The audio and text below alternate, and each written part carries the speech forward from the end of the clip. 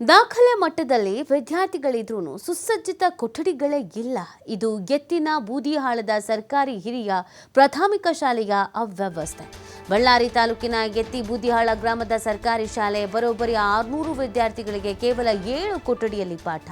ಎತ್ತಿ ಬೂದಿಹಾಳ ಸರ್ಕಾರಿ ಶಾಲೆಯಲ್ಲಿ 18 ಕೊಠಡಿಗಳಿದೆ. ಆದರೆ ಉಪಯೋಗಕ್ಕೆ ಯೋಗ್ಯವಿರೋದು 7 ಕೊಠಡಿಗಳು ಮಾತ್ರ. ಸಂಪೂರ್ಣ ಶಿಥಿಲಾವಸ್ಥೆ ತಲುಪಿರುವಂಥ ಶಾಲಾ ಕೊಠಡಿಗಳ ಮೇಲ್ಛಾವಣಿ ಯಾವಾಗ ಬೀಳುತ್ತೋ ಗೊತ್ತಿಲ್ಲ. ಇಂದೋ ನಾಳೆಯೋ ಕುಸಿದು ಬೀಳುವಂಥ ಸ್ಥಿತಿಯಲ್ಲಿರುವಂಥ ಮೇಲ್ಛಾವಣಿ. ಮಕ್ಕಳನ್ನು ಶಾಲೆಗೆ ಕಳಿಸೋಕೆ ಪೋಷಕರಿಗೆ ಭಯ ಆಗ್ತಾ ಇದೆ. ಆತಂಕದಲ್ಲಿ ಶಾಲೆಯ ಹೊರಾಂಗಣದಲ್ಲಿಯೇ ಮಕ್ಕಳಿಗೆ ಪಾಠವನ್ನು ಮಾಡುವಂಥ ಕೆಲಸವನ್ನು ಮಾಡಲಾಗ್ತಾ ಇದೆ. ನೋಡಿ, ಎಲ್ಲ ವ್ಯವಸ್ಥೆ ಇದೆ, ಅದರಲ್ಲಿ ಸಮಸ್ಯೆ ಏನು? ಕೊಠಡಿಗಳಿಗೆ ಮೇಲ್ಛಾವಣಿ ಅನ್ನೋದು ಯಾವಾಗ ಬಿದ್ದೋಗುತ್ತೋ ಅನ್ನೋ ಪರಿಸ್ಥಿತಿಲಿ ಇದೆ. ಸೊ ಹೀಗಿರಬೇಕಾದ್ರೆ ಮಕ್ಕಳನ್ನು ಅಲ್ಲಿ ಹೆಂಗೆ ಕಳಿಸೋದು? ಕೆಲವು ಶಾಲೆಗಳಿಗೆ ಮಕ್ಕಳೇ ಹೋಗ್ತಾ ಇಲ್ಲ, ಇನ್ನು ಕೆಲವು ಶಾಲೆಗೆ ಮಕ್ಕಳುಗಳು ಬರೋದಕ್ಕೆ ರೆಡಿ ಇದ್ದರು. ಶಾಲೆಗೆ ವ್ಯವಸ್ಥೆಯನ್ನು ನೋಡಿ ಕಳಿಸೋದಕ್ಕೆ ಪೋಷಕರಿಗೆ ಆತಂಕ. ಈ ಥರದ ಸ್ಕೂಲಿಗೆ ಕಳಿಸ್ಕೊಂಡು ಮನೇಲಿ ಪೋಷಕರು ಆರಾಮಾಗಿ ಇರೋದಾದರೂ ಹೇಗೆ? ನೋಡಿ, ಎಲ್ಲೆಲ್ಲಿ ಬಿರುಕು ಬಿಟ್ಟಿದೆ, ಏನೇನು ಅವ್ಯವಸ್ಥೆ ಆಗಿದೆ, ಎಷ್ಟು ಮಟ್ಟಿಗೆ ಹಾನಿ ಆಗಿದೆ, ಏನೇನು ಅವಾಂತರ ಆಗಿದೆ ಅನ್ನೋದನ್ನು ನೀವು ನೋಡ್ತಾ ಇದ್ದೀರ. ವಿದ್ಯಾರ್ಥಿಗಳಿದ್ರೂ ಸುಸಜ್ಜಿತ ಕೊಠಡಿ ಅನ್ನೋದೇ ಇಲ್ಲ. ವಿದ್ಯಾರ್ಥಿಗಳಿದ್ದಾರೆ, ಪಾಠ ಮಾಡೋದಕ್ಕೆ ಶಿಕ್ಷಕರಿಗಿದ್ದಾರೆ, ಅದಕ್ಕೆ ಯಾವುದೇ ರೀತಿಯಾದಂಥ ಸಮಸ್ಯೆ ಇಲ್ಲ. ಆದರೆ ನೀಟಾಗಿ ಕೂತ್ಕೊಂಡು ಪಾಠ ಕೇಳುವ ವ್ಯವಸ್ಥೆಯೇ ಇಲ್ಲ. ಇದರಿಂದ ಸಾರ್ವಜನಿಕರು ಇದೀಗ ಅಸಮಾಧಾನವನ್ನು ವ್ಯಕ್ತಪಡಿಸ್ತಾ ಇದ್ದಾರೆ. ಉಪಯೋಗಕ್ಕೆ ಯೋಗ್ಯ ಇರೋದು ಖಾಲಿ 7 ಕೊಠಡಿಗಳು ಮಾತ್ರ.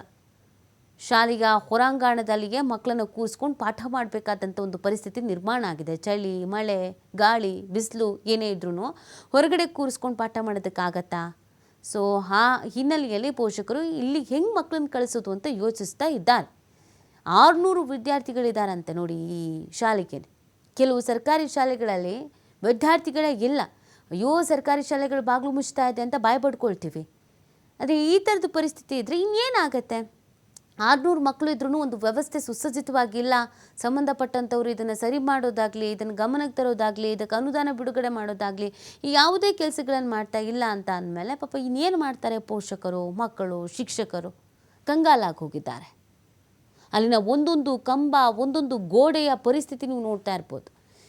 ಯಾವಾಗ ಎಲ್ಲ ಬಿದ್ದೋಗುತ್ತೋ ಅನ್ನೋದೊಂದು ಪರಿಸ್ಥಿತಿ ನಿರ್ಮಾಣ ಆಗಿರೋದು. ಒಳ್ಳೆ ಪಾಳು ಬಿದ್ದಂಥ ಬಂಗ್ಲೆ, ಪಾಳು ಬಿದ್ದಂಥ ಕಟ್ಟಡದ ರೀತಿಯಲ್ಲಿದೆ ಅಲ್ಲಿನ ಶಾಲೆಯ ಪರಿಸ್ಥಿತಿ. ಹೇಳೋದಕ್ಕೆ ಮಾತ್ರ ಶಾಲೆ, ಒಳಗಿನ ಸ್ಥಿತಿಯನ್ನು ನೋಡಿದ್ರೆ ಇದು ಯಾವುದೋ ಬೂತು ಬಂಗ್ಲೆ ಅಂತ ಅನ್ನಿಸ್ತಾ ಇದೆ. ಆ ಥರದೊಂದು ಪರಿಸ್ಥಿತಿ ಅಲ್ಲಿರೋದು.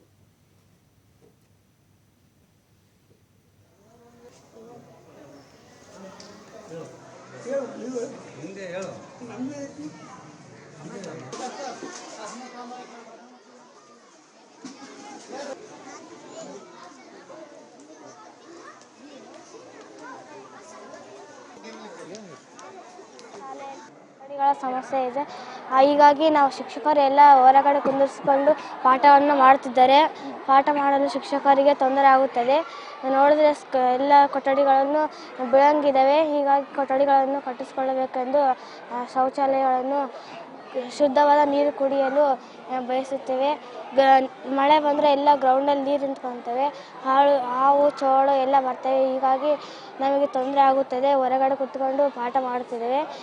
ನಮಗೆ ಮಳೆ ಬಂದರೆ ಕೊಠಡಿಗಳೆಲ್ಲ ಬಿಡಂಗಿಲ್ಲ ಸರ್. ಎಲ್ಲ ಹೊರಗಡೆ ಕುತ್ಕೊತೀವಿ. ಶಿಕ್ಷಕರೆಲ್ಲ ಹೊರಗಡೆ ಪಾಠ ಮಾಡಿಸ್ತಿದ್ದಾರೆ. ಶಿಕ್ಷಕರಿಗೆ ತೊಂದರೆ ಆಗುತ್ತದೆ, ನಮಗೆ ಎಲ್ಲರಿಗೆ ತೊಂದರೆ ಆಗುತ್ತದೆ. ಕೊಠಡಿಗಳನ್ನು ಕಟ್ಟಿಸ್ಕೊಳ್ಬೇಕಂತ ಬೇಡ್ಕೊಳ್ತೀವಿ. ನಮ್ಮ ಶಾಲೆಯಲ್ಲಿ ಕೊಠಡಿಗಳ ಸಮಸ್ಯೆ ಇದೆ. ಹೀಗಾಗಿ ನಾವು ಶಿಕ್ಷಕರು ಎಲ್ಲ ಹೊರಗಡೆ ಕುಂದಿರಿಸಿಕೊಂಡು ಪಾಠವನ್ನು ಮಾಡುತ್ತಿದ್ದಾರೆ. ಪಾಠ ಮಾಡಲು ಶಿಕ್ಷಕರಿಗೆ ತೊಂದರೆ ಆಗುತ್ತದೆ. ನೋಡಿದ್ರೆ ಎಲ್ಲ ಕೊಠಡಿಗಳನ್ನು ಬೀಳಂಗಿದ್ದಾವೆ. ಹೀಗಾಗಿ ಕೊಠಡಿಗಳನ್ನು ಕಟ್ಟಿಸಿಕೊಳ್ಳಬೇಕೆಂದು ಶೌಚಾಲಯಗಳನ್ನು ಶುದ್ಧವಾದ ನೀರು ಕುಡಿಯಲು ಬಯಸುತ್ತೇವೆ. ಮಳೆ ಬಂದರೆ ಎಲ್ಲ ಗ್ರೌಂಡಲ್ಲಿ ನೀರು ನಿಂತ್ಕೊಳ್ತವೆ.